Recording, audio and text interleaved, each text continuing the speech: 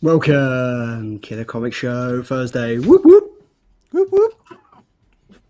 Is that what we're doing? Is that what we're doing now? Whoop, whoop. I don't know, but Pete was on it. I was on it. Me and Charlie were there. We didn't get a whoop whoop out of Andy or Tom, did we? We're sinking there. There we go. Oh, we're live? Or is this us live? Oh, sorry. How are we doing, all right, lads? All good? Yeah. All right. Yeah? All good over here, mate. Good. We recovered from the fucking we had last night. It was a good fuck. Just about, yeah. I thought I was tired this morning for a reason, but yeah. Just enjoyed That it. was some seriously good fucking last night. It was a handful. This never gets old. But all good, yeah. All good. Looking forward to a good show of interesting comics to review. Yeah. Yeah. Hell yeah. Is that this week? I thought, is this next week? I think it is this week. I mean the chat's buzzing at the moment. We've got Chris Bell. Good evening, Killer Crew. True to my word, I've read all of tonight's Bucks. See what I did there? There we go. Yeah. Thank you. I'm here all night. Boom, boom.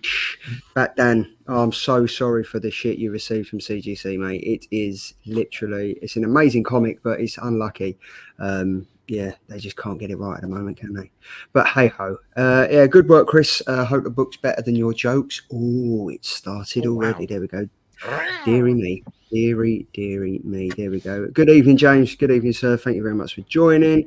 We've got Not Quite Mint. Don't get too horny. There we go, Wayne Deacon. Good evening, Wayne. Thanks very much for joining, mate. Yuko demands treats. Woof woof. What's up, killers? It's pantomime tonight. There we go. Oh no, it isn't. Oh yes, it is. There we go. And we've got Edvin. This night, he's joining in from the right-hand side of his prison cell, so hopefully the signal's better. But we're looking forward to him. So, how have we been, lads? All good? All ready for the fantastic reviews we've got lined up for the show tonight? I can't wait. I literally can't wait. I've got notes for one of these comics, so I will be I'll be telling you everything I thought. And I'm just thinking there's going to be 1 week where Ed's actually in prison, and you say that, and he's going to be like, what's that? Could you imagine he's on a burner phone? Just text him. Like to text. But yeah, we know, right? So we're here every Thursday night. We had FOC last night, which was a good show, fun show. That's going really well when that. So hopefully, James, you're seeing the benefits of us absolutely mullering the Slab Crusaders website every single Wednesday. So please let us know if that helps. Everyone in the chat, thanks for joining. We now get down to the business end of the show, the way we like to start the show, the only way we can start the show, and that is with...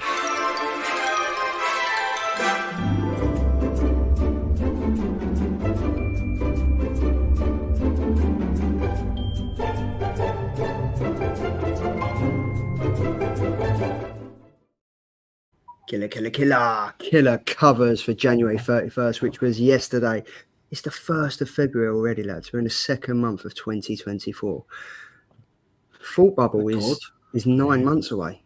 Not far. That's madness. Yeah. Apparently we're going to be releasing the dates pretty soon. They are. So yeah, looking They forward are to it. indeed. They are indeed. Yeah, I can't wait for that. It's going to be another good one, I think.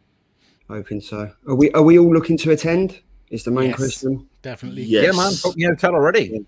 Oh, fantastic. Boom, there we go. Leon Russell, good evening, sir. Thank you very much for joining. Don't bother, Tom. Tom wins. There we go. Hey, folks. We haven't even started, Ed. You can go to jail straight away. Go to jail and pay your £10 fine. There we go. So this is it. Killer Covers, new comic book day. They was released yesterday. We picked our 4 favourite comics. And to take it away first is...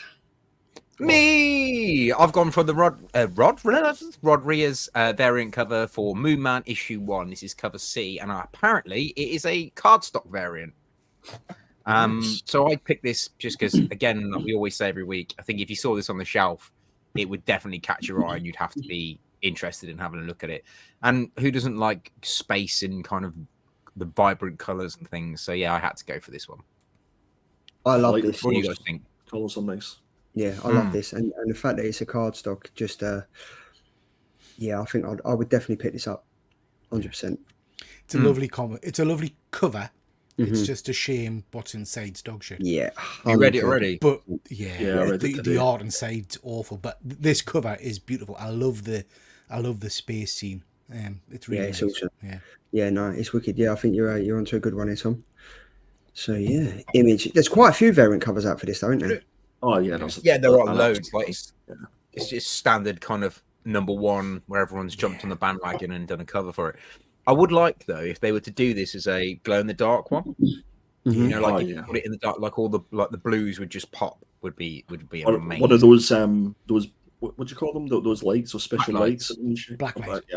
Black lights. Yeah. Cool. I mean, I wouldn't want a black light in my house. No, I don't, on the roof. Not again. Not since the last. No more. No. Well, what it just shines very bright in here. I thought this was a homage to something. It almost feels as if I've seen it does. This cover before, and I just can't quite put my finger on it. So if anybody knows if this is a homage, the first thing I saw when I saw it was basically. Do you remember Tony Hawk's Pro Skater 3? Yes, it's the cover. Yeah, almost looks like. Yes, that might be what it is. I mean, this is getting some love tonight, Tom. Like, honestly, this is getting some love. You've got Wayne Deacon has said lovely cover. Bat Dan has said very nice. Ed has said love this cover, and for a non-ratio, it's lovely. Yeah, I think definitely. Chris has said lovely bit of perspective on this though. It's well done. Yeah. Dr. Von Hoot has said evening all, and Wayne has said, "Can we see Chris?" He wants to see. Right. Chris says, "I'm naked and aroused. It's all love, brother." And Wayne has asked if we can see. That can go over to the other channel. You can come onto my OnlyFans, Chris. Yeah, there you go. And Wayne, you can head over there now. And there you go. Look, Thomas just said, look, and Wayne said he's ordering now. There we go. Shit cover. Only if you have Ultra HD, Wayne. There we go. Yes. So that has started a whole bloody windfall of sexual espionage there, right? But yes, this is Image Comics Moon Man, issue number 1. Cover C, Rodriguez variant cover. The cover's amazing. The story's shit. Moving swiftly on. Up next. This is mine. This is Batman Superman World's Finest 2024 annual cover. E to 1 in 50 by Mark Spears. I just love the image of, I know Batman on a gargoyle, you've all seen it 100 times, but I don't know, I think there's something about the colours on this one I really like. I like the blue costume that Batman's got. I just think it's a pretty cool World's Finest type of cover. So it looks like Batman's batted all over the gargoyle's face by the looks of it. That's the black light shining up, isn't it? Yeah, he's bat wangs. Just tickling the back of the neck of the gargoyle, like. This looks You're filthy tonight, honestly. Well, when I first see this, I thought this was an Alex Ross cover. Yeah. Really? Quite Rossy. Yeah. Wait a minute, wash your mouth out, Charles. That is nowhere near that. Charlie, have you ever been to Specsavers, mate? No, but Peter agreed with me. So there's clearly I think he can't talk. He's old. Yeah. Wow. Yeah. I can't deny that. Yeah. I think the Batman is the Superman. I'm not so sure. I think his pose looks a little bit odd, but the Batman I think is very, very cool. Yeah. My only criticism with this thing is that they're both blue, right? And then the background has no blue tint to it whatsoever. So are they in front of like a huge blue light or something? Yes, they are, Tom. Yeah, that would make. I know what you mean. His face is blue, but then his cape has got no hints of blue on it. Yeah. This is the type of cover that needs more trade dress. Like I want more. I mean, what I'm hearing is you think it's shit. Is that what we're saying? Yeah, it's like, shit. You're not often wrong, but you're right. There we go. This is when you're right, you're right. There we go. It's tame compared to yours, Fuzzy. Chris Bell said, I'm not feeling this one particularly. They're both blue. There's some windows. Not liking this cover. Not liking it. Alex Ross has a real infatuation with blue palettes lately, though. There we go. And it looks like Soup's just jumped off the top ropes. Yeah, he's about to fall off the smash. That's a wrestling thing, isn't it? Yeah. If DC logo was so large it covered the image, it would look better. There we go. Looks like Batman's got goblin horn. It does, yeah. Mosh Leon saying it's the moment that the constabulary turn up to arrest the pair of them for defiling the gargoyle. There we go. And that's the thing. When are you ever going to get in a scenario where Superman and Batman are outside your building and there's not one person looking out a window? Come on now, guys. No. I mean, yeah. There's no to the window going. Either that or all these people have very, very powerful light bulbs. Exactly. Blue light bulbs. Yeah. Should we move on? I guess I'm picking up a bit of negativity about this cover. Ed said apart from that, it's all great. I mean, we're getting to the point we're looking at windows. Do you know what I mean? All right, move on. But right, let's just say one thing. So this one is a 1 in 50, right? This one is a cover C. Off like This is affordable. It's a 1 in 50 Windows. Yeah. the difference is shocking. Yeah. Like I would not pay the price for that. If that was a 1 in 50, you could understand. But that is a 1 in 50p, 50 windows. And, could you imagine if and it it has Superman in it. And it's Could be worse. No, not even a foil, and the windows look clean. There we go. So yes, so this was your pick. I don't know why you bothered, Pete, but you did. Cheers, Pete. Thanks for coming. The 1 in 50. Wow, this is getting harsh. Moving on. There we go, That's Andy. lovely. This. Oh, another negative space load of shade bollocks. Like, move on. You know what I mean? He's got to get his vengeance in some way. Andy, how's that knife in your back? Yeah, I was going to say. I was going to start this by saying my eldest daughter loves Stitch, the character, so I'm getting a whole feeling bad now. Terrible. No, he doesn't know. I thought this was absolutely adorable, this cover. And yes, it is negative space, but I think Houdini, is that not the guy that done the escape artist, yeah. Escape artist, yeah. I think this particular version, because there was quite a lot of covers for this, but I think this is gorgeous. I think this would look great slabbed. So yeah, thanks, Fuzzy. One thing about Andy is consistently predictable. I really like this comic, and I see him when we did the top 15 covers on Monday. There's some beautiful covers out, but this is great. Like this is a really nice cover. It'd be like I bet it's going for a few bob as well, though. I don't actually think it's going for a huge amount more. I know that it's sold out in Rabbit Rooms, and I think there was another place that was selling them. But I don't think it's going for a great amount of money. But yeah, I just thought it was cute, and I picked it up from that. I'd be interested to see what the actual story's like, if it's like proper Disney or it's something different, considering it's by Dynamite, but it's probably not going to be. The Dynamite books, Disney books, have been quite good, to be fair. The Hades one and the Maleficent one was really good. And the Scar one was pretty good as well. Yeah, Scar was good. But yeah, I like this cover. I think it's pretty good. Yeah, I really like it. Hugh did a good job here. He did. There we go. Who did a good job? Nice. He did. I like it. Stitch it. Peter's going to be very negative about the negative I don't like how blue it is. Yeah, it's nice for what it is. Fair choice, I'd say. There we go. Look, thanks, Chris. No, so that's that one. Lilo and Stitch issue number 1. Rabbit Comics, Hugh Din at negative space, Virgin variant. Sticking with Dynamite, I have gone for Thundercats issue number 1. I've gone for the No Mass Comics Ariel Diaz Megacon variant cover. I'm all over Thundercats. I think I bought about 12 covers. Cool. This is just awesome. I've started watching the cartoon again as well. I mean, I've been totally rolled over with watching this. This is like I'm getting into bed now at like 11, 12 o'clock at night and watching at least 3 or 4 episodes of this. I'm I'm loving it. I cannot wait for this to come out next week. Yeah. I completely missed this one as well. I don't know how I keep missing these covers. I think this one was later announced, mate, to be fair. It's not blue enough. It's not blue enough. There's no windows. That's probably why there's no windows. Yeah, I feel like this was a late announcement one because I think it's a variant for the Comic-Con. I think it's been one that came released a little bit later on, probably way before you picked your covers. Way after, sorry. Yeah, but what do you guys think of this? Love it. I'm getting real John Jang vibes from this.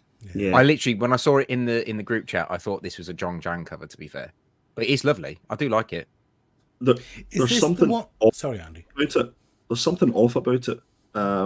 I think he's concentrated on doing the face and the luscious hair and the locks that he has, but it feels like everything else from the neck down feels a bit of an afterthought, almost a little bit AI-ish, if I dare say. I would agree, but I think if you go from the gauntlet down, so I think if you cut it off at the bottom of his arm, the golden gauntlet downwards, it would be a much nicer cover. I think it's the bottom half that lets it go because I think that proportionally isn't quite right. Speaking of disappointing, like the crotch action, there's not much going on either. I thought he would have had more. He's got nothing down there. Episode 1, all of them naked. None of them have got any bits. Okay, cool. He's, Sorry, Nothing's going on. I he's interrupted you. earlier on. perfectly smooth down below. I think he waxes. Oh, like But an yeah. action man. Yeah. Like a G.I. Joe. I don't think it's this one, but I've seen another variant of Thundercats 1 where it's black and white apart from his red hair and the sword glowing. And It's this one. Is it this one, is it? Yeah. It's phenomenal. It's It is this absolutely, one. it just stands out. Yeah. Yeah, it is this one. Yeah, I'm looking at it now. Yeah, fuck knows why I didn't choose that one. But we're here. I've gone Still cover though. I've gone for the no mess. So yeah, this one, my one. We've got Andy's one. We've got Peter's, and then we've got Tom's one. So I'll just go through that again. We got Tom's, we got Andy's, and we've got mine. So the vote is now live in the chat. The poll will go, and at the end we will see who wins. And I tell you what, if Peter wins, that'd be fun, wouldn't it? It'd be tremendous. It would be amazing. This has got really one week cutthroat. when no one gets a vote. Pete doesn't get a single vote, and it's 0%. That'd be amazing. I've just voted and I haven't even voted myself. So do you know what I mean? What was you going to say? I've definitely Andy? not voted for that blue fucking Stitch. I tell you that. Wow. I was going to say, this has got quite cutthroat, this competition side of things. Remember we used to have fun and we used to have a look at all the covers and thought, oh, you know, like we used to like dissect all these covers. Now we just kind of take the piss at each other. Don't we? Sorry, did you just say this is become quite cutthroat? Andy, it's always been cutthroat. It's just the fact that you used to win every week. But it was fun for you, not for everyone else. What can I say? But in line with that, I'm just going to do something I forgot to do earlier. We are going to be doing a where is this thing? I'm looking for the StreamYard giveaway tool because we'll do a giveaway tonight. So I'm trying to find it. So we'll just select this one, and then the code you've got to put in. The code you've got to put in is hashtag ThunderTwats. Okay. ThunderTwats, nice. Hashtag ThunderTwats, and what we'll do at the end of the show, we'll collect them, and then when we'll do a giveaway. Yeah, if that's all right. So yeah, ThunderTwats. There we go. So the live is that now. All you got to just do is put in the chat is hashtag ThunderTwats, and then we'll count your vote. And then at the end of the show, we'll do a good little giveaway. So yeah, the vote is live now. So moving on from 4 amazing covers, well, three quality covers and Pete's. We are. Why are we moving on? Why don't we just stay on them covers? Yeah, let's stay on the covers. Week 4 review. Now I'm not sure what the people were thinking when they chose these comics on the community tab last week, but we've been given Dungeons and Dragons issue number 1, which is a Saturday morning adventures. And dear editor, great comics, great covers. No. Up first, it is Dungeons and Dragons Saturday Morning Adventures issue number 1, written by David M.Booer, and the art is by George Kambadais. 2 covers. Who wants to take this away? I think Peter should take it. It was his choice. Go on in, Peter. Well, just to clarify, I suggested the book, but the great general public voted it in. So I'm not taking the blame for this dog shit, right? So it's the general audience picked this cack. This should have been amazing. I love Dungeons and Dragons. I love the cartoon. I love the characters and all the rest of it. Oh God, where do you start? Do you know how we've been reading Transformers and we've been reading G.I. Joe and stuff, and they've kind of brought it into a modern time and it's written intelligently for adults and all the rest of it? This is the absolute opposite. This is like, it's just not moved on at all. This reads like it's a 80s cartoon. It jumps all over the place. The dialogue's crap. The artwork for me was just awful. I didn't like the artwork at all. There are just bizarre things that happen where there's no sequencing. So for example, there's a small example of it. At the very start, Presto gets knocked off he's fallen down a kind of a chasm, and his hat falls off. And I thought, oh, that's going to be a plot device. They've lost his hat. Literally the next second, a man jumps out from underneath the snow, who's presumably been hiding under the snow waiting for them, because there's no explanation of that either, and grabs Presto, and all of a sudden his hat's back on his head, and it's like, well, how did that happen? And there's stuff like that happens all the way through. The battles, the fight scenes are non-existent, really. They don't make any sense. It's just dreadful. It was awful. That said, this is probably not written for me. This is not written for my age group. I suspect this is written for for young kids, and in that case, it's probably perfectly acceptable for them. But for me, it's not what I was hoping for. I was hoping for a kind of a more up to date retelling of this tale, with a bit of an adult spin on it. I thought the artwork was awful, just awful. Yeah, James has said I think this was a cash grab after the success of the TMNT version. Do you know what I think it was? Like, because that was enjoyable. I enjoyed reading that, but I mean, this is. I'm gonna jump in there because I think like the two comics that were chosen this week were pretty shit. If I'm being honest, like I used to like Dungeons and Dragons and I enjoyed watching it and stuff like that. But there's nothing to it. There's absolutely nothing to it. It's like one part, as you said, he jumps into the chasm, falls up, and he's got his hat back on, and it's just all over the place. The little guy that just appeared looked like Yoda, but he like he didn't look like Yoda, but he kind of just come in and like stood there as if he was like meant to be this great guy. It was just, and then all of a sudden there's pirate ships like come on. It was just all over the place. It was like a Saturday TV kids show in comic form, and it was rubbish. Yeah. I just didn't enjoy it, and I think, Andy, you touched on it last night on the FOC show with David M.Booer. Obviously, he done Kanto, and Kanto is great. But how long was we going to have to wait until that little character arrived? And he arrived in like page 32 or whatever it was. He was just standing there, and he was obviously going to be this. I didn't enjoy it. I didn't enjoy it at all. What a waste of a read. Anyone else? Tell us what you really think, Charlie. I did like. It's just annoying because this had the potential to be so good, and it was just not. You see, that if you give this that, like I say, using Transformers as an example, if you give this the Transformers treatment, and update it and make it relevant, it could be phenomenal. Daniel Warren Johnson writing this turns it into a great read. So excited because I don't know if you guys have seen the latest Dungeons and Dragons movie, but all the characters from the cartoon, these characters make a kind of a sneaky guest appearance in it. And that was superb. And I thought, this might be the launch of it or something, but no, it was, cack. I thought it was predictable. I thought, I knew when I was getting into this, like everything that I'd seen and everything that I'd read, I was kind of like, there was no surprises there. I think the only, I think it was an opportunity for this to do something a little bit different, but it felt like it was restrained by the fact that it had to be a kid's comic. If that makes sense. Yeah. If it maybe just went a little bit darker, I think it would have been a better read. I was just really surprised that it was a David M.Booer book. It just felt very safe to me, and I just didn't get anything from it. The artwork done nothing really for me. It's as if it was like almost like animation cells that had been lifted and shifted into the comic panels, and there was nothing different. There was no substance to them, and just a really poor experience. Tom? Well, I agree with all of you. I think it is a shite comic if you're looking at it from the point of view of what we normally read and how we normally read, and like the fact that we normally read teen comics or adult comics, if you like. This is clearly a kid's book, like a proper kid's book. Like it's hard. It's not easy. It's not hard to understand. The artwork's really simple. The idea's really simple. It's basically what a Saturday morning cartoon would have been like, really.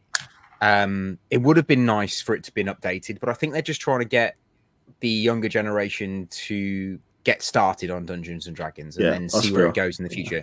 I believe this comic is literally just a starting point for people that might want to get into comics if you're really, really little. Because I don't know about you guys, but when you go to a comic convention, there isn't actually a lot. If you take your youngsters with you, there isn't actually a lot that they can read, whereas they could read this.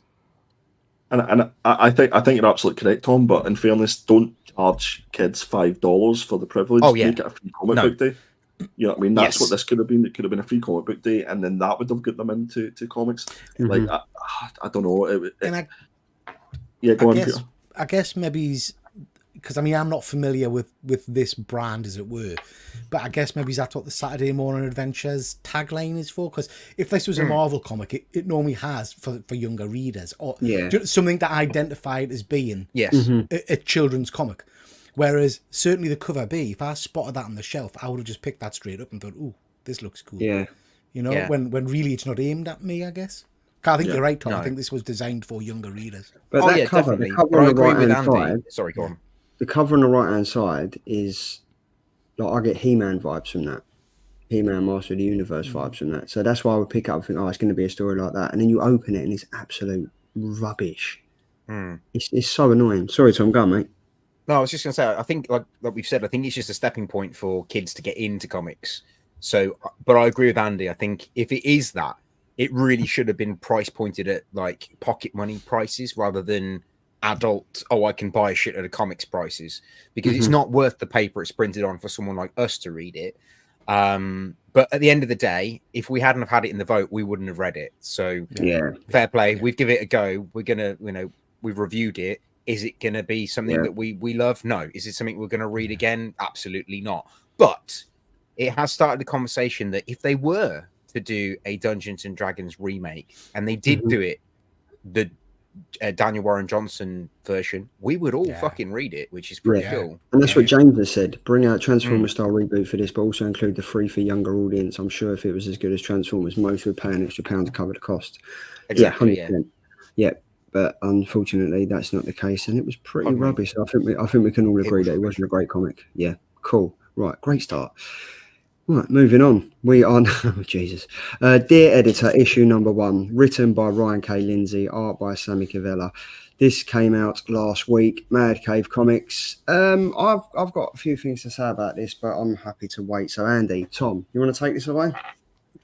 I think Andy should take this one away because Andy put it on his Instagram, and I was like, "Oh, I want to read that." Yeah, I did. So it's Andy's fault. Hashtag Andy's fault. As Triple G would say, it's Andy's fault. I had such high hopes for this, guys. I feel like I should apologize for having to endure everybody reading this. So for those who don't know, the sort of synopsis for this one is you've got it kind of kicks off with the slaying of some character, and we've got a journalist who just so happens to be in the form of a deer, who investigates said killing, which the premise, I think, when I read it internally, sounded great, but I think that's where it kind of starts and ends very, very quickly. This is kind of centered around like a sort of, a noir story. So there's lots of cliches in the writing and also in the artwork about it. But the dialogue for me was, I hate to say it because we'll be negative about the previous comment, but it was kind of a horrendous from my perspective. Some of the dialogue, I expected a lot more. There's kind of a lot of like one-liners and kind of a lot of sarcasm in the book, and it kind of gave, like, there was lots of things that seemed to happen very, very quickly. The pacing seemed to be off in the book, but it didn't give like any sort of background or any sort of explanation as to why these things actually happened, and it just felt as if maybe the writer and the artist got together and they had like a pun-tastic title for the comic, and which led to a story which led to them calling it and making it a deer, because there's no significance to this journalist being a deer. Like, you would have thought that, they would have, taken into consideration some of the key characteristics of a deer and brought that into the story, whether it be anecdotally or as part of his investigation as a journalist. But somehow he's became a cop. It feels like he's like some sort of Columbo deer in this book. And much like the sort of washed out blue, the blue, it seems to be the colour for this episode, but the washed out blue tone, it just kind of left me cold. Well, you know what, right? So Ed's just said, I actually quite like the art and really wanted to like it, but it was like that they had something that was really good and then just effed it up with confusing pace and crap dialogue. Yeah. Right, so I kind of read this, and obviously I hadn't read it until today because obviously you, everyone else had read it, and then obviously when we was on the FOC show last night, you was like, "I'll read it, it's a great read." You didn't say that, and I was like, right, let me give it the benefit of doubt. I looked into this, right? So this originally came out in 2014. Right, so it came out in 3 issues. It originally came out in 2014.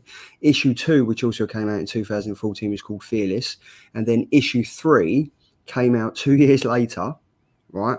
And it was called Dear Editor, issue 3, Hack, and that came out in 2016, right? From what I can work out from reading this and reading the premises and the synopsis of the previous ones that came out all them years ago, it's exactly the same comic. Exactly the same comic. And the publisher then on League of Comic Book Geeks, it doesn't even say the publisher. So I don't know if it was an absolute shit show then, and they've just tried to think what we'll do. We'll repackage it and we'll sell it to another like Man Cave Comics and try and take it on. This comic for me was not in. I was not interested in it at all. Like not interested at all. There was like this whole mystery of the thing was meant to be something, and it weren't even there. Even that wasn't interesting. There was nothing about this comic that could grab me. The dialogue was all over the place. This guy Bucky, the way that he's moving through the comics was just so annoying. I was unsatisfied reading it. I didn't like it. I had no engagement to continue reading. I got halfway through and was like, I can't even be bothered to finish this comic. And the blue tones really pissed me off because I think it was just really getting on my nerves. I was like, this ain't easy on the eye. There's some stupid dickhead guy running around with a deer. Like I didn't know what was going on. I totally lost it. There's a few panels. Some of the art is well executed, but honestly, it did not do enough for me. I'm giving it 0.5 out of 5, and I won't be picking up the next issue. That's me done. Tom. Well, I actually quite liked please be careful what you say, please. The artwork and the blue tone, because I like that kind of thing. It's very Japanese anime, the two-tone effect and using the tonal way of doing books. So I liked that. I actually enjoyed it to start with. I thought, okay, this is different. Something I've never read before. There's a deer who becomes an investigator and he's investigating a story. That died very quickly. 2 or 3 pages in, I was like, I don't really understand. It almost, in the nicest way possible. I felt like all of the jokes and all the dialogue were almost rammed down my neck whilst I was trying to read what was going on and catch the panels. I think if you took all the dialogue out and just read it art-wise, you would know what the fuck was going on and you wouldn't need the dialogue. So you don't need all those puns and stuff. So I think it is an okay book, but I totally agree with the fact that it's definitely a flop. And I do think now that you've said what you've just said, Charlie, thinking about it, it does feel like a rehash. Now you said it. I think it feels like... I was just reading it and I was like, this... And I just literally Googled deer hunt and typed into League of Comic Books, and it's exactly the same color. Like the 3 covers for it are the same color, exactly the same color as they was in 2014. So, I mean, if it isn't the same story, then why would I just don't get why you would bring it out. For me, it sounds exactly the same comic. Exactly, it's exactly the same writers, exactly the same artist. Exactly the same like premise. I don't know, like, has it ever been done before where someone's literally brought a comic out and then 10 years later brought out the same one again? I don't know. Marvel do it a lot with X-Men. Oh, shots fired. I just didn't enjoy it, so I feel sorry for anyone that actually read this comic and kind of. And there we was yesterday singing like Mad Cave Comics praises how good they're doing, and then they bring this out. It's pretty shocking, to be fair. The biggest thing for me about this book is that you get halfway in and then you realize you're probably only 3/4 of the way in, because it is a long old book. And you think, and once you start unenjoying it, like not enjoying it at all, it then makes it even longer to harder to read. So yeah, that's the biggest problem, I think. And as Chris has just said, the writing not adding anything is a bad place to be. Exactly. Yes. If you've got a comic book where the art is okay and the writing's not adding nothing to it, you just got to shut shop. Quite frankly. 100%. So yeah. So we did pretty well on the comics from last week. Hopefully things can get better for next week, but it is what it is on the show. We'll give honest reviews. What does Peter think? Peter, what do you think? Yeah, Peter. Pish. Andy, what do you think? Andy 2.0. So I didn't mind the art. I think the colour palette's awful, but I don't mind the art. For me, this was just decidedly below average, a bit of a chore. So I enjoy detective stories. I enjoy crime films, that kind of stuff. And this is very much that kind of wheelhouse, isn't it? Kind of crime noir, as it were. But I got incredibly bored very, very quickly with it. The dialogue was just cack. I wasn't interested in the characters of the story. I'm not wrong, am I? At no point do I have any kind of reaction or explanation to the fact that he's got a deer's head. Everybody just accepts that, and we're expected to just accept that, I guess. Yeah, it was just flat for me. I will not be reading on. It's not done anything to interest us to read on. Put it that way. No, I think we're moving on. Big old floppy deer dick. There we go. Yeah. Oh dear. So. Oh dear. Moving on. We are at the killer indie picks for next week. So this is obviously February 7th, where we have all picked our indie picks. And up first is Peter. Mint. This just keeps getting knocked back and back, doesn't it? So this is Beneath the Trees Where Nobody Sees, issue number 3. I feel like I've been waiting forever and a day to get issue 3. I think we reviewed issue 2. Or I certainly read issue 2 months and months ago. This story's just got me gripped. I love the art style. This is a crime thriller done right. Do you know what I mean? The story, the artwork, the writing of it, the dialogue between characters, it's just great. I'm really, really enjoying it. Yeah, I can't wait for it. I mean, but this has been put back. Like I just hate it when things keep getting put back and put back. Yeah. But the only thing I'm looking forward to this is that even though it's been put back, I'm going to read issue number 1 and 2 again because this is. Do you think this one's worth reading as a trade? Like to wait definitely. for it to come to trade? Okay, cool. Because I haven't started it. I know you guys have recommended it, but I haven't started it. So I'd like to wait, I think. Don't know how many issues it is, actually. I hadn't read any. I only read issue 1 and 2 recently. So I don't think it's obviously too late at this point, Tom. I'd highly recommend you give it a go. It's really enjoyable. Cool. Did Hassan do the artwork for this? Because he's normally does the lettering and stuff. I didn't realize. Do you know what? I actually think I've got that wrong. Yeah, he's done the lettering. So Patrick Hove right. did the art and then Hassan did the lettering. Yeah, but it's only 5 issues for this, and the last issue at the moment comes out on where is it? I think it comes out April is the last issue. Yeah.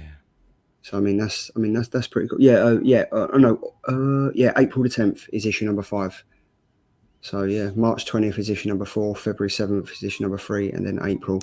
So you could wait, Tom, but it's one of those books. I think, well, certainly from my point of view, as soon as you pick it up and start reading it, you blast through it very quickly because it just engages. Yeah. You know how Dear Edit, I felt like a slog. This I just blasted through because I was engaged and I was excited reading it. You know. Okay.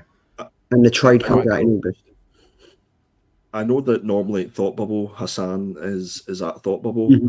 I don't know where Patrick Horvath is based, but if Thought Bubble aren't already all over getting them over to Thought Bubble this year, I think that would be an absolute no-brainer. I think that would be a big pull for it. So yeah. Yeah, Ed has said fantastic book. Chris has said genuine gasp moments in both issues so far. Brilliant book, loving it. Von Hooter said yes, but individually it reads very well as single issues. So that's issue 3, Beneath the Trees Where Nobody Sees. Number 2. It's See, nice I've gone for IDW this. doing something decent for a change. Yeah. Sorry, Charlie. Yeah. So I've gone for Crave issue number 3, written by Maria Lovett and art by Maria Lovett. So basically this tells the story of an app called Crave, where these sexually staffed teenagers of a college can literally type into Crave what they want and Crave will make it happen. It's I just like this. I think it's for the art's pretty interesting. If you haven't read this already, or if anyone in the chat has read this, it's quite interesting. It's a different book. This is issue number 3.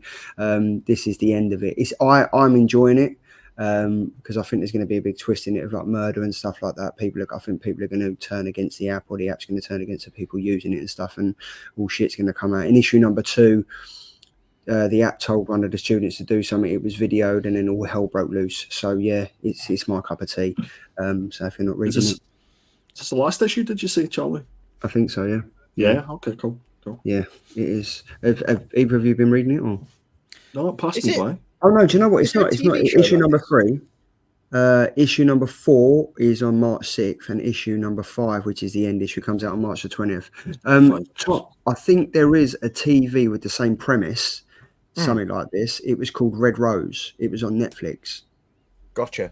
That was the type of thing where you told the app what you wanted to do, and then it kind of just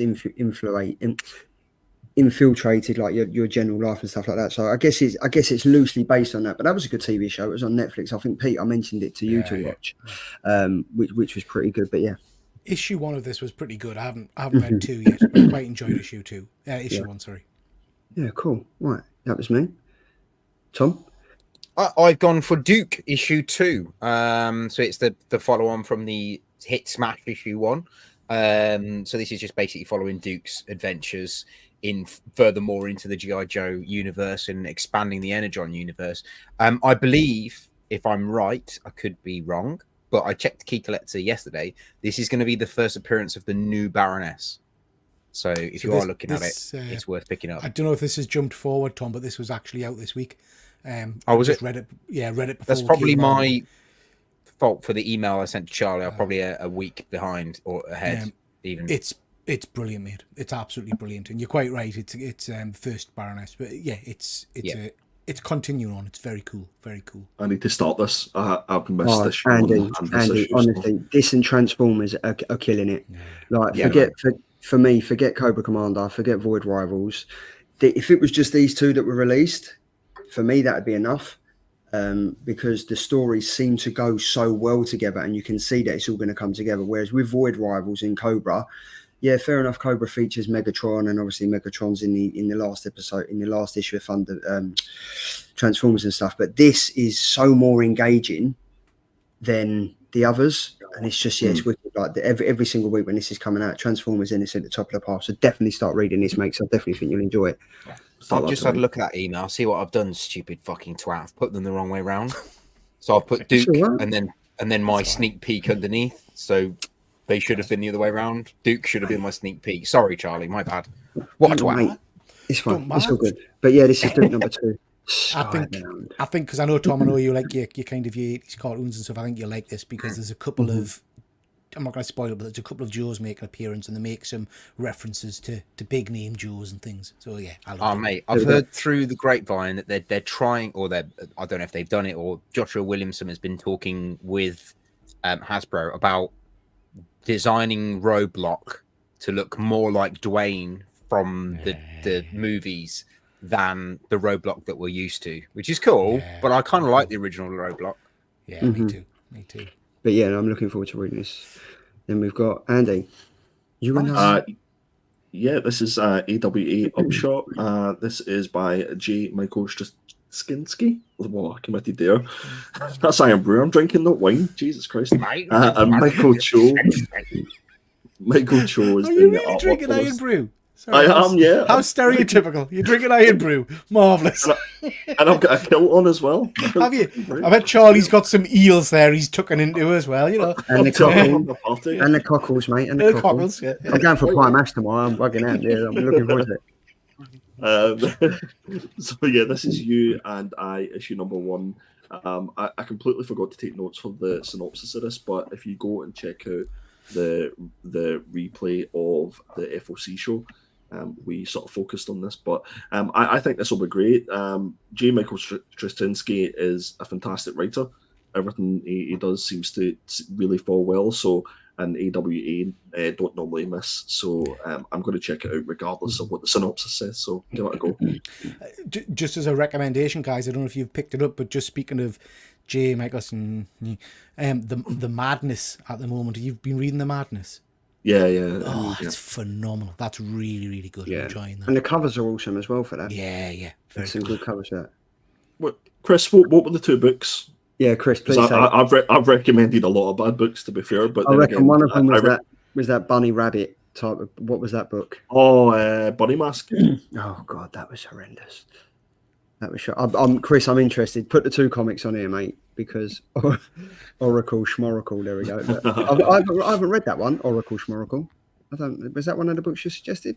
It's an indie book, isn't it? There we go. Bunny Mask. What was the other one, Chris? Yeah. Chris, they're all tentatively waiting now. Jesus Christ. We've got the Homer hands from the Homer Simpson. You know that. Oh, dear editor. All right. Okay. Cool. Dear editor, please do not suggest Bunny Mask. Right. So yes, this is J. Michael Straczynski and then Michael Cho. Then we've got Andy again with one hand. Did I pick this one? Yes. Yeah, one hand. Andy with the one hand. Yeah. Okay. One hand. The one hand issue number 1. Okay, written by Ram V and Lawrence Campbell doing the artwork. Again, completely forgot what the synopsis is of this. I think I picked it just on the basis that Ram V was doing the writing. So please please go and check it out. Unless it's So like Johnny Andy's Mark picks this or week your editor. have been you and I with the one hand. Yeah. This one says, right, neo-Novena detective Ari Nasir is about to retire with an inviolable record until a brutal murder occurs bearing all of the hallmarks of a one-hand killer, which should be impossible since Ari already put him away, not once but twice before. What follows is a deadly cat-and-mouse game as Ari pursues his quarry down the rain-soaked streets near Nirvana. Ari will stop at nothing to unravel the secrets and ciphers of the case, but each revelation only leads further into a dark heart of his future metropolis and Ari's own begruded soul. Gripping writer and award-winning writer and rising star Ram V, with hauntingly atmospheric art and covers by Lawrence Campbell. That looks pretty interesting. Yeah, that does seem. Was that not like the same synopsis for another book that we described yesterday? That was the mech one, wasn't it? The mech one. Yeah. It weren't far off, was it? So maybe they Rising Star or something. The Rising Star thing. That one. Yeah. There we go. And what as Fuzzy said, Bunny Mask, I got sent a gift to say sorry. There was a preview of One Hand at the end of World Tree 7, wasn't particularly engaging. And One Hand Killer with Antlers, no doubt, sidekicked by some bird from a cave in a park. That sounds like a comic I would actually read. I'll put that together, 100%. I've gone for the Cole issue number 5. So I'm liking this, right? So we started this. I think we read the first 2 issues. And then it kind of slowed down a bit, and I kind of like in the background was kind of reading this. I don't think it got put to the vote and anything like that, but it's getting interesting now. So this is obviously one of the main characters. She's kind of the premise of this is that one of the characters, her brother's gone missing. I went missing one night, and he ended up in like some new world, some new like atmosphere, and they've gone to find him, and it's all kind of broken loose, and it's Nicole, and we meet this character and stuff. Again, it's Hassan Otsman Eliwai doing the lettering, and it's awesome. It's a really, really good comic, and it's a pretty strong comic from Image. So I would suggest if you're not reading this, I mean, Kelly Thompson, she's done a good job on this, to be fair. Pete, are you still reading this? I completely forgot about this one. I think we're reviewed on this show, issue 1 and 2, I think. I can't remember if it was 2 or 3. Yeah, me and you did number 2. Yeah, that's right, Tom. Yeah, and then I've not read it since. I think issue 2, the art, from what I remember, is absolutely phenomenal and it's stunning artwork. But I think issue 2 didn't float me boat as much. But to be honest, I completely forgot about this. I've just not seen it on the shelves. This is the last issue as well. All right. Our heroes grapple with their wins and their losses. Nothing will ever be the same again. But is it ever? There's no place like home, for sure. So I guess it's coming to an end. Like it's an enjoyable comic. And like, when I first started reading it, the artwork inside, I was like, this is a bit too ultra realistic for me. But then as you get in, you kind of understand why it ties in with the story and stuff. So yeah, there we go. But yeah, Fuzzy's also said I fell off at issue number 3, forgot all about it. I think a lot of people did that, to be fair. A lot of people did that. Have we got one more? Yeah, we have got one. I think we got 2 more. There we go. Also goaded for this. So Andy, a few months ago on your Instagram, I was going to say someone picked this a while ago. Yeah. So when we was doing this, you kind of picked this, and we was looking to read it then. And honestly, I think this was around like October, November time when this was done, when we was releasing it, and it's only just come out. This is the thing with the independent comics, like you get so hyped up for it, and then 5 months later, it still hasn't come out.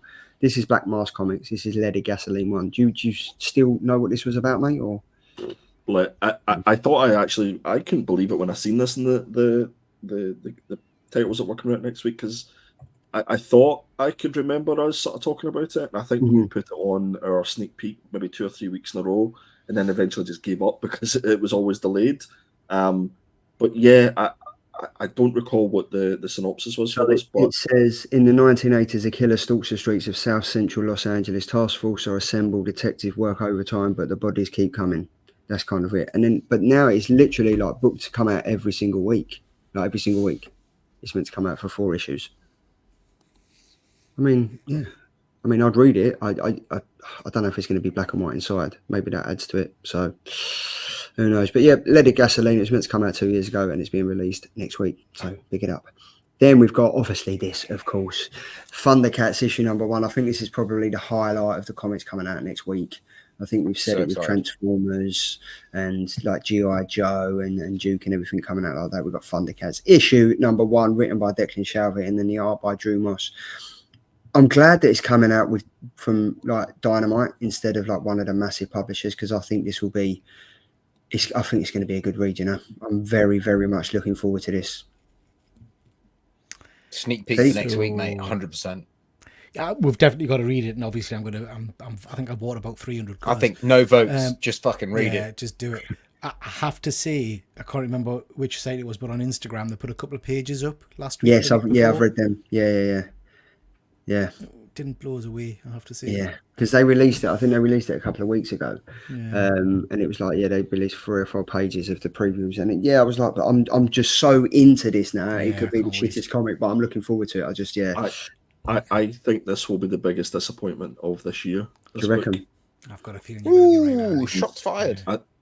I think based on what we've had through Transformers and that whole world, and that being so good, I think that this might be so blown up that it just is a bit of a lead balloon. I hope it isn't. I just have the fear for this one. I think you might be, and I don't want to be Mr. Negative, but the preview pages, the art didn't blow us away, and the writing wasn't particularly good. 170,000 copies sold. Yeah, that might just be a snippet you're reading. Hopefully, the full story will be much cooler. I don't know. I'm going to read this, but the preview didn't look good. Word from the sponsor. Make sure and tune in next week, folks. A higher ratio for Thundercats 1 will be given away on the show. Oh, nice. Everyone in the chat has literally just found that out, as we have as well. Yeah. But yes, I still think this is the best cover out there to be. I think it is, I think it just literally sums up Thundercats from my childhood. No need to run a giveaway. James just put it in my sack. Stack. Sorry, stack. Just put it in my sack. The foil version fuzzy. Yeah, I've got the foil version. It's looking forward to this. But I can't wait. I'm not going to lie. I cannot wait for this. I really, really cannot wait for this. I mean, how many issues is it? Is it like 3 or 4 issues? We're just having a quick look now, mate. Let's have a look. They've announced 3. It might be an ongoing, to be fair. Yeah, this will keep going as well. If people keep spending or buying 170,000 copies, this will keep going. It's mental. There's so many covers already for issue 3. Do you think this is going to have the same? Because obviously this was around the same time as Transformers and G.I. Joe and stuff like that. Do you think this is going to have the same impact? Because there's still going to be. You don't. No, unfortunately, I think as much as I like Declan Shelby, I don't think he's Darren Warren Johnson or Joshua Williamson. Absolutely. Unfortunately, I think Image have got the better writers on their products. Plus, it will depend on whether they do Thundercats as we know it, and everyone will be like, "Oh, this is the same old shit that we've seen before," like we just said about Dungeons and Dragons, or they take it and revamp it, but in a new way. Would be better, I would say, but I don't know. I can't see that happening. No, I've been watching, as I said, I've been watching the TV, the kids' cartoon again, and it's so enjoyable. Like, obviously, it's the old school, and someone put on YouTube the other day, they'd taken the first episode and they'd HD'd it, and it looked great. It looked awesome. But then when I went back and started watching the old school one, I enjoyed that more. Because I just kind of was reminiscing about waking up on a Saturday morning and watching it. It was great. I'm going to call it now. I reckon in the first issue they'll introduce a new Thundercat, and the second printing will be that new Thundercat. There we go, calling it now. I hope not. I'm looking at the covers now and I'm just thinking, I hope not. There's an obscene amount of covers as well, mate. It's obscene how many covers there are. Yeah, there is. I'm telling you now, they'll do. David Nakayama will do a cover of each character, in his negative variant style that he does. Yeah, guaranteed. Yeah, and all the baddies. Foil version fuzzy. Behave yourself with your foil fetish, but it's shiny. Foil makes fools of us, and damn, I'm foolish. There we go. So but that's I'm looking forward to that. We've got some good covers coming out next week. But that's it. There we go. This is the little where we do the homekeeping stuff and stuff. So you can check us out on That's it, Charlie. The homekeeping stuff and Are stuff. You okay? I'm not. I'm having a stroke. I'm having my weekly stroke. There we go. That sounded really perverted. I'm having my weekly stroke. You can check me out on Geeky Guy Comics. There's not much going on over there. I kind of lost all the interest, but I'm going to slowly get back on it. And you can find us over on Twitter. Tom.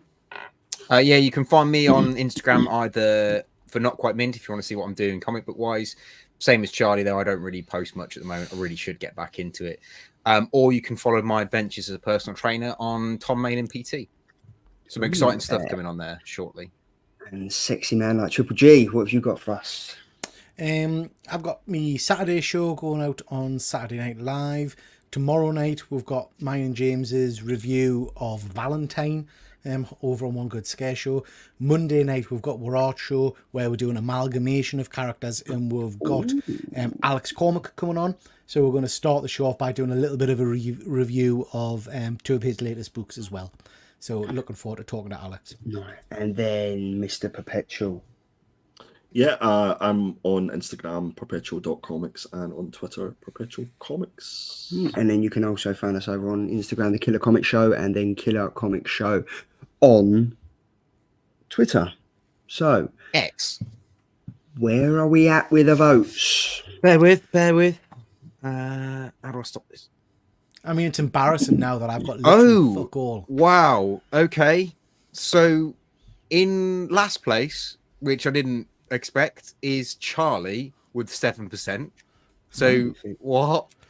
Then in third place is Andy with 20%.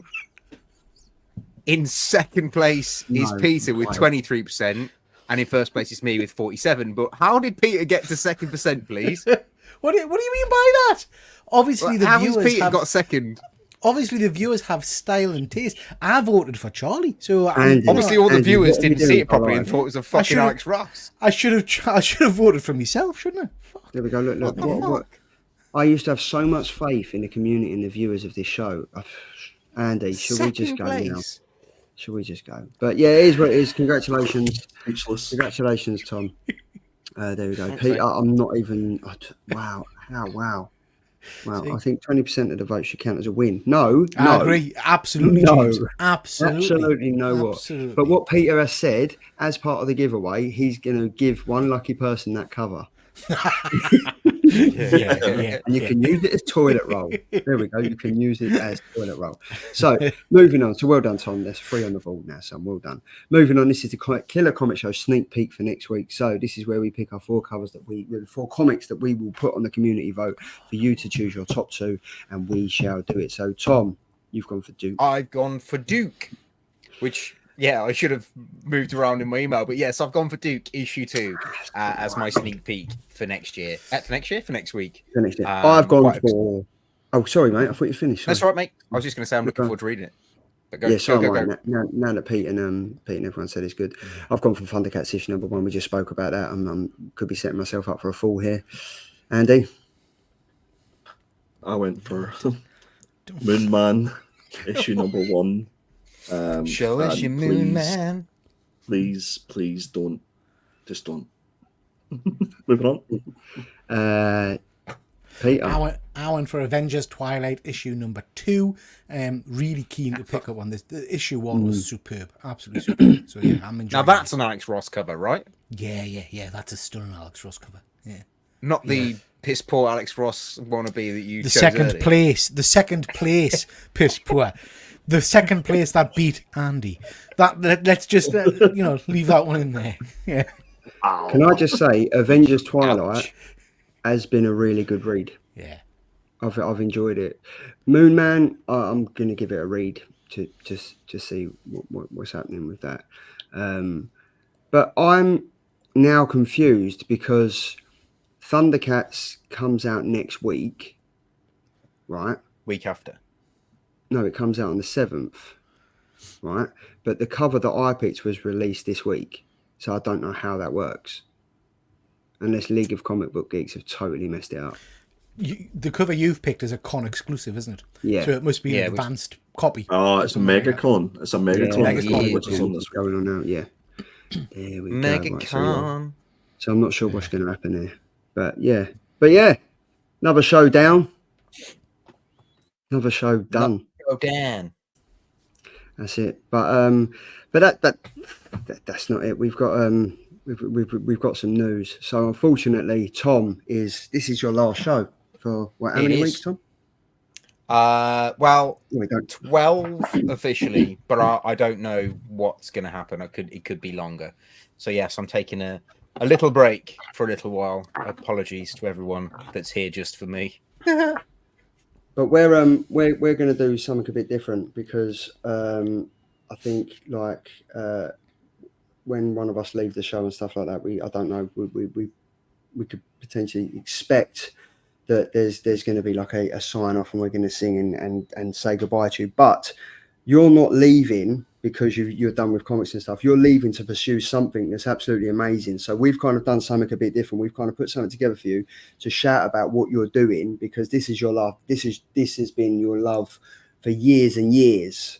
So we just thought, instead of giving you a send-off with all the soppiness and pictures and stuff like that, we wanted to give you a send-off in the best way possible to let people know what you're going to do, and you're embarking on like a life-changing thing. So are you ready to embark on a life-changing fitness journey, ignite your potential, discover your strength, create a new healthy life balance and make some lasting changes? The quote goes, one day or day one. Well, look no further. Today is day one, and you can start that now with Sexy Tom. So, Tom, do you just honestly want to talk about like what you're doing, what your thought process behind this is, how you've come about to do it? So yeah, I've always been interested in fitness. Basically, cut a massively long story short, I was a very overweight fat kid who was bullied horrendously at school. I then made a change when I got to university. I decided to do something about it, and I lost just over 5.5 stone, and changed my life entirely. And the feeling I got from losing that 5.5 stone and changing my habits and stuff is something that I think everyone who feels like they've been bullied or feel overweight or feel unhealthy should at least feel once in their lifetime. Because I cannot explain to you how different you feel, how more confident in your skin you feel, how more you just feel like a completely different person. So my goal is to give that back to people. I want people to feel as amazing as I did. And as someone who's done it, I want to be able to show people it can be done, no matter what people say. I got told I'd never lose weight. I'd never be able to see my toes beyond my belly, but I can now. So it's like, I'd like to be able to give, when someone says you can't do something, I want to be able to give people that. So my specialism is extreme weight loss. I also work with people that want to get into any of the blue light services. I also really want to help people with postnatal and prenatal, both men and women. Especially like men, because they tend to go through postnatal, prenatal depression, which people don't know about. So I'd like to help them as much as women get helped with their, what happens with them after postnatal, prenatal. So those are the things that I'm going to be doing. I'm about to start a 12-week mentorship with Josh Taylor Coaching, called The Resistance. So that's where I'm going. That's what I'm disappearing to do. If that all goes well, I'll be taking this into a full-time job, which has been my dream for a very long time. So yeah, that's it. And you're currently doing something with, is it PT and Pies or PT and Pastries? Pasties and Pull-Ups, yeah. It's who are my sponsors at the moment, yeah. And how did that come back? So obviously you moved to Cornwall, didn't you? So I moved to Cornwall, yeah, basically. And again, cut a very long story short, I got here and I wasn't enjoying my job that I've taken to move us down here, which is designing spiral staircases. It's a lovely job, don't get me wrong, it's a great job, but I'm kind of done with graphic design and I'm kind of done with engineering. So when I got here, I kind of thought, what could I do? What can I do with the skills that I have? And I thought, do you know what? I've never pulled the string back on my bow for personal training, although I'm very good at it and I've helped a lot of people over the years with actually no cost whatsoever.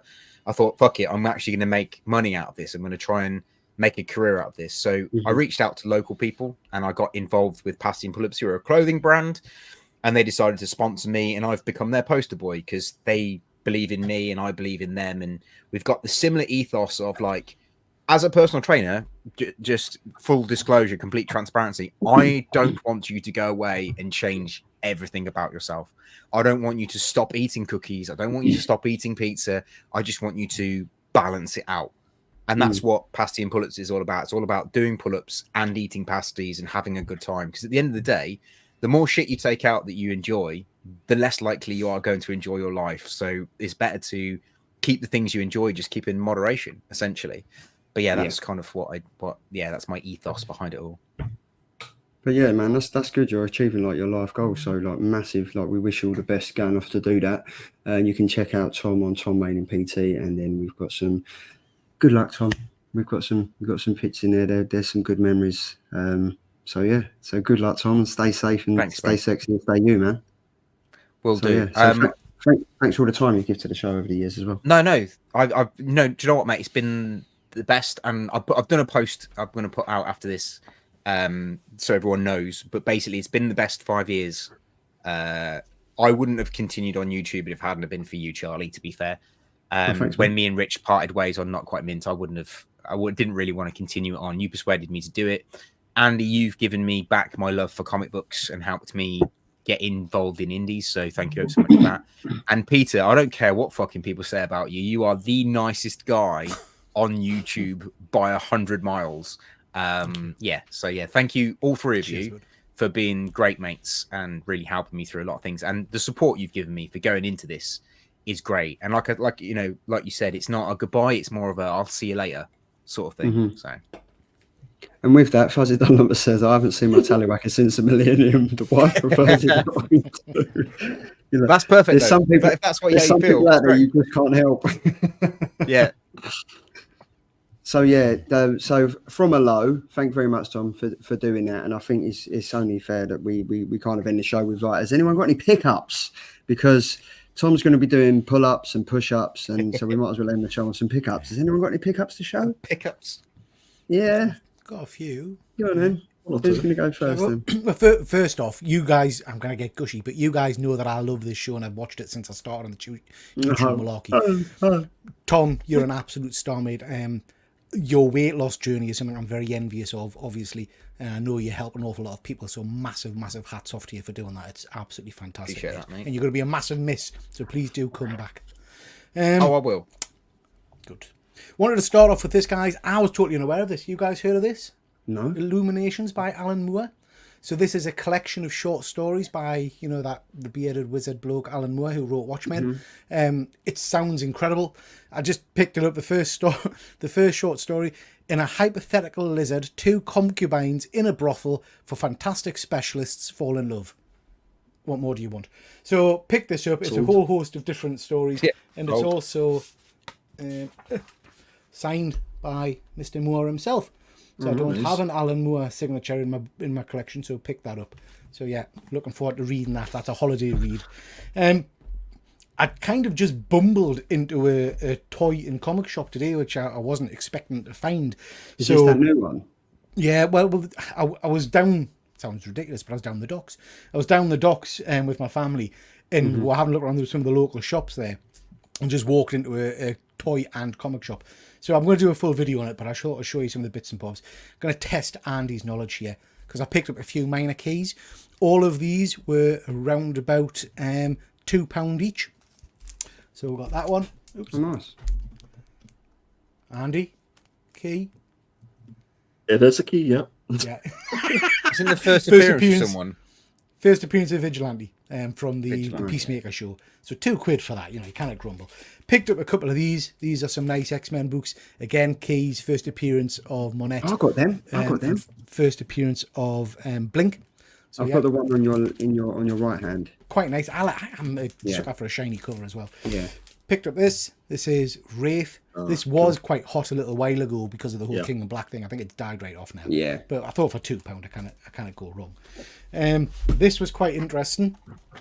This is the Marvel collection. So basically, you'll not see many of these, but basically back in the day for the UK versions of comic books, any that weren't sold were sent back, and they just basically, whatever the comic was, they stuck them into a Marvel collection book.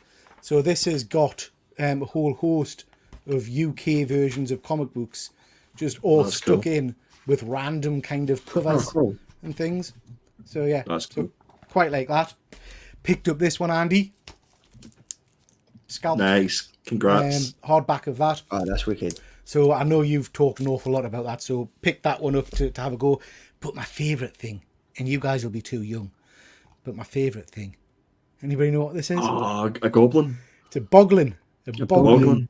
A boggle. So, Mate, I used to one of them bad boys. Yeah.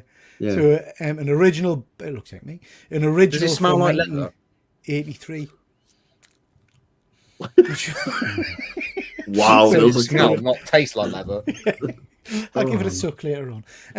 So yeah, I'm And the chuffed. boglin. to find that and the boggling. I can't. Andy, sorry, Tom, I need to do your fitness. I cannot reach, mate. I've tried. So yeah, You're welcome. So over the moon Anytime. to get him. Wow. So yeah, that's my Nice. pickups. Nice. Sorry, the only other two things I should mention. I got these as well. Andy mentioned Andy? these a while ago. Oh wow, yeah. It's lonely at the Nice. centre of the earth. Awesome. And then Billy's got yeah, awesome. Oh, Lovely. good. Right, who's next? Andy, what you got for us? Yeah, I've got a couple here. I've got Darth Maul issue number 5. Managed to pick up the 1 in 25. Nice. Nice. Got this some whatnot. Unfortunately, took 19 days to arrive, and when it did arrive, it wasn't in the greatest of condition. But I got it for a really good price, so I can't really complain. So happy to add that to the collection. Just for you, Tom, I've got a Jenny Ferguson cover, an early one at that. Nice. This is Beauty, issue number 1. This is 2014 or 2015. Yeah, they redid it, didn't they, a few years ago?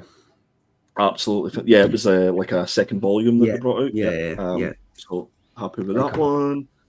I've got Spider-Gwen issue number 2. This is a Dynamic Forces special. So it has one of those certificates at the back. Oh yeah. This is like one of our limited edition of 3000. But I just love the cover. I think That's a nice cover. I like that one. And Tom, one that you like, J. Scott Campbell. I see this on your Instagram. I'm so jealous. Josie and the Pussycats, issue number 1. I think this is back to 2016. I can only find the black and white versions on eBay. So the black and white versions are probably more sought after than this one. Yeah. To be fair, Have you got the Chaos, Andy? Have you got the Chaos one he did? I might do. I'd need to see it too. Did you get that from eBay, Andy? Yeah, this was some eBay. Yeah, Awesome, man. Yeah. Oh, that's really good. A little bit of a change up. This one, I guess, is for you, Peter, because I know that your love of all things Lego. Nice. So what I try and do is any sets that are due to retire, I would try my best to pick them up. Top tip for anybody who's looking to maybe flip Lego is to try and find the sets that have unique minifigures. So each one of these minifigures in this set only came in this set. Cool. So as soon as this retires, it'll probably double, maybe treble in price. But just to keep that. And would they still treble in price even if they're out of the box? They would be still worth a good bit of money, the minifigures, because people expect the minifigures to be out of box. So yeah, okay, cool. Andy, and again, we'll have a chit chat. We'll have a bit of a hustle on these. Oh right, okay, right. Well, actually, I picked this up in Amazon, Tom, for I think it was like 13 quid. So Mate, the Sainsbury's down the road, they've always got Lego, so I might be like sending you pictures, being like, "Do I need to get this one?" Yeah, definitely, 100%. Yeah. And they're only like 9 to 12 quid as well, the tiny little ones. Yeah. This, do you know what's the artist on this? Is that a fig pin? Oh no, it's not. Is that comic? Is that a comic deal? No, this is actually J. Scott Campbell early work.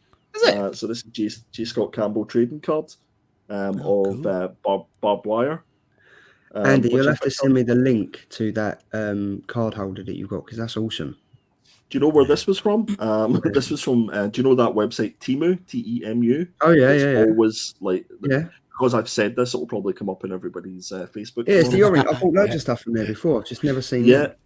Yeah. So I picked this up. I think it was like £1.40 for this, and it arrived the other day. So I just thought I'd put this card in it, and it's fantastic. So it's just effectively like a little top loader. It's basically like a giant comic thing I've got. You know, where you just magnet it, and it's got a little magnet at the top that just clips in. So nice, very cool. There we go. That's some good. Well, I've literally I've got to go and get one of them. Hold on 2 seconds.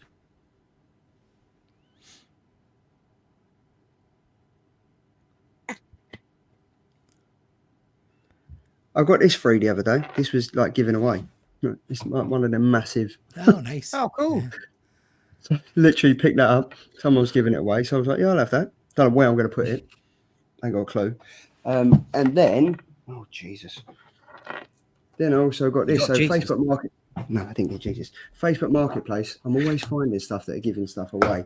So I was at the mother-in-law's the other day and it flashed out, I'm giving this away. Who wants to come and get it? It's in wicked condition. It's the Guardians of the Galaxy, the ultimate thing. Look at the gold. Look at that. Oh, shiny. It's literally, it's like the encyclopedia of all the old. It is all the encyclopedia. So I've really enjoyed reading this.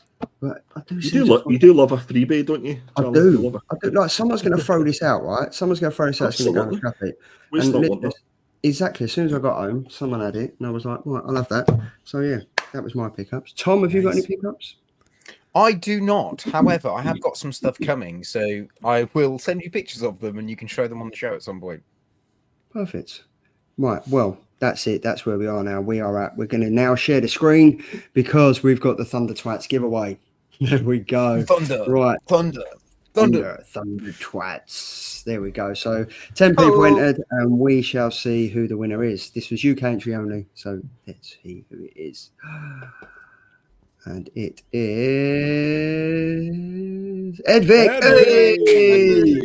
What I'll have to do, Ed, I'll have to put it in a pillowcase and try and slide it under your prison door. So hopefully you can kind of get that. But yeah. Put a file in it. Put a file in.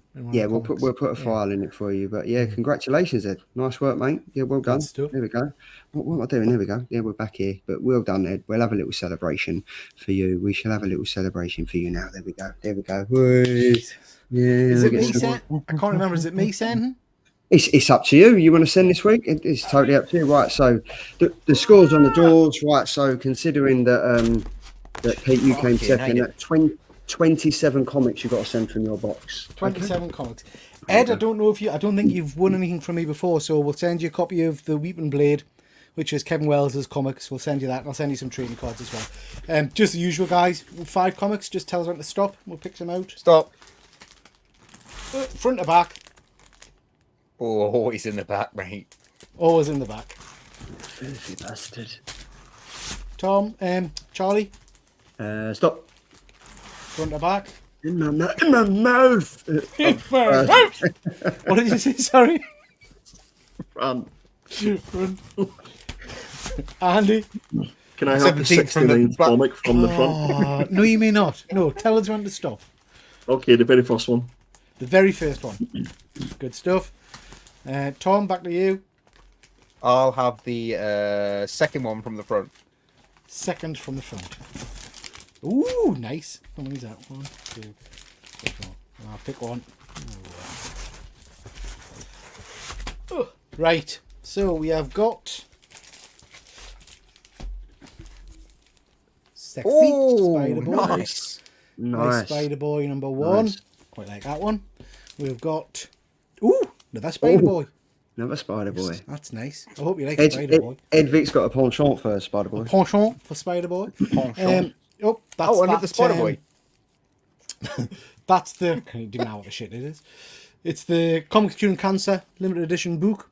Nice. So I think there was only, was it 250 or something? Yeah, 250 copies of that one. Another Spider Boy. Spider-Man 30.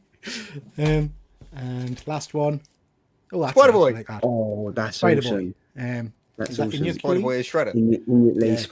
Shredder. That is awesome. Nice, nice one. So Ed, send us your address, mate, on Insta, and I'll send you those books. Boom. Quality. Care of Her Majesty's Prison Services. There we go, yes. And we'll put it in an exploding cake. HMS Long Lark. Put them in a clique. Yeah. There we go. HMS Comics. But yeah, guys, awesome show. Another fantastic Thursday. Check us out every single Monday at 12 p.m. for the top 15 comic releases for that week. Then we've got the FOC show. Well, this Monday we've got the top 15 comics. Then we've got Pete's Come Draw With Me, Come Dine With Me with Alex. Come Draw With Me. Come Draw With Me. Alex Cormack is going to be joining us. Then we've got on Wednesday, Thank Fuck It's Wednesday, where myself, Andy and Pete will go through the Slab Crusaders FOC listing. And then we're back on a Thursday night, heading over for the Killer Comic Show, and then it'll be followed up on a Friday with Pete and James, and then on a Saturday with Pete. You cannot get rid of this guy. There we go. But yeah, fantastic week, another good show. Tom, as we said, it's been an absolute pleasure having you on the show since the start of its conception. So yes, thank you very much for the time and effort you put in. You will be missed. And yeah, enjoy what you're doing and enjoy your new venture, mate. It's been an absolute pleasure. So mate, it's been an honor to do it with you all, honestly, and I couldn't have asked for a better group of friends. Love that. Guys, every single person in the chat, thank you very much for joining. Thanks for taking time out of your hectic, busy Thursday schedule. We shall see you next week, if not in Peter's chat on Friday or Saturday or Sunday, Monday, Tuesday, Wednesday. You'll be in one of Peter's chats. If not, we'll see you next week. Enjoy the comments that you're reading. Have a good weekend, lads, and we shall see you next week. See you later. Stay safe. Stay sexy.